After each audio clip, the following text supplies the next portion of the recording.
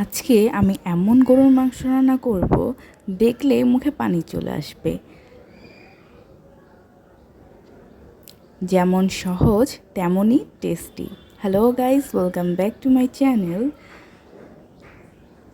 বেশি কথা না বলে চলুন মাংসটা রান্না করে ফেলি। প্রথমে মাংস ধুয়ে নিয়েছি,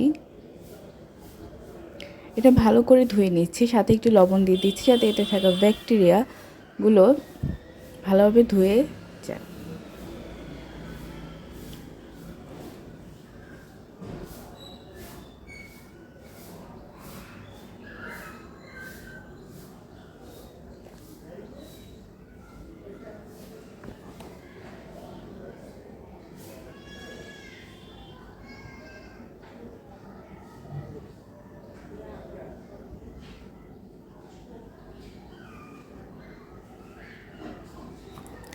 আপনাদের যদি ফ্রিজে অনেক দিনের মাংস থাকে তাহলে সেটা ভালোভাবে লবণ দিয়ে ধুয়ে রাখবেন। চাইলে একটুখানি ভিনেগারও ইউজ করতে পারেন, তাহলে অনেক দিন থাকার কারণে যে রক্তের একটা স্মেল থাকে সেটা আর থাকবে না, এবং আপনার মাংস রান্নার পরও মাংসটা খেতে খারাপ লাগবে না। তো প্রথমে আমি একটা হাঁড়িতে তেল গরম করে নিয়েছি, তারপর দিয়ে দিয়েছি পর্যাপ্ত পরিমাণে পেঁয়াজ। এখন পেঁয়াজটা হালকা একটু ভাজার পরেই আমি এখন দিয়ে দিচ্ছি আদা রসুন বাটা। আদা রসুন বাটা হচ্ছে আপনাদের তরকারি কতটুকু সেই হিসাবে দিবেন।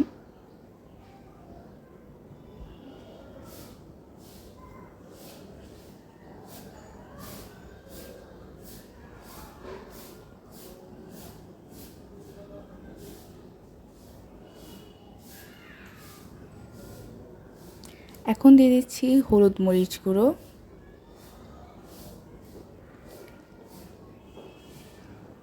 সাথে দিয়ে দিব ধনিয়া গুঁড়ো,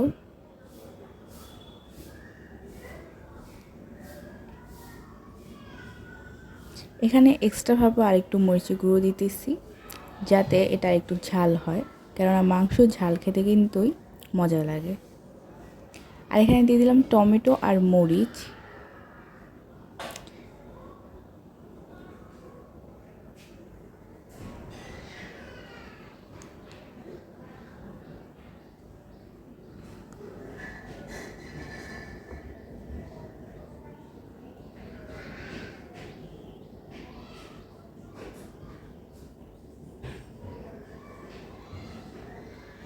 তো এটা হচ্ছে জিরে গুঁড়ো, এটা কেনা না, একদম বাড়িতে বানানো। আপনারা চেষ্টা করবেন বাড়িতে বানিয়ে দিতে, সেটার স্বাদ একটা অন্যরকম হয়।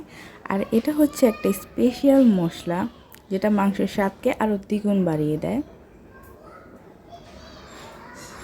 এটা যে কোনো মাংসতে আমরা ইউজ করি, গরুর মাংস, মুরগির মাংস, যে কোনো মাংসের স্বাদ এটা অনেক গুণ বাড়িয়ে দেয় অ্যান্ড খেতে অনেক অনেক টেস্টি লাগে।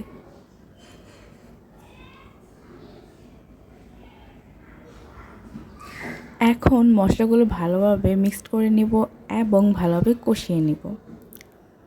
মশলা যত ভালোভাবে কষানো হবে মাংসের স্বাদটাও ততটাই ভালো আসবে।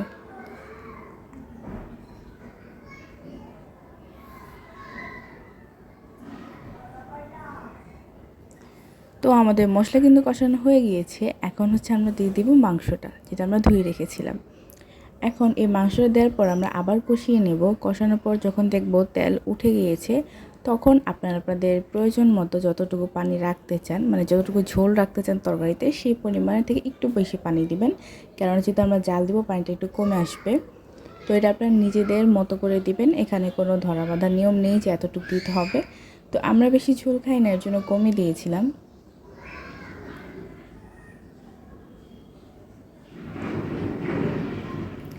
কিন্তু মনে রাখতে হবে মাংসটা কিন্তু ভালোভাবে কষিয়ে নিতে হবে। মাংস যত ভালোভাবে কষাবেন ততটাই কিন্তু টেস্টি হবে খাবারটা।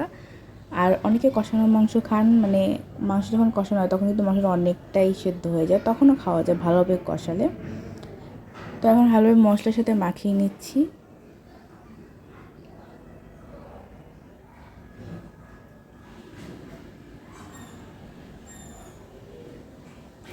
দেখুন ফাইনাল রেজাল্ট একদম রেস্টুরেন্টের মতো হয়েছে। পুরো রেসিপি ভালো লাগলে লাইক, কমেন্ট, শেয়ার করবেন। কী রান্না দেখতে চান কমেন্টে বলবেন। বাই।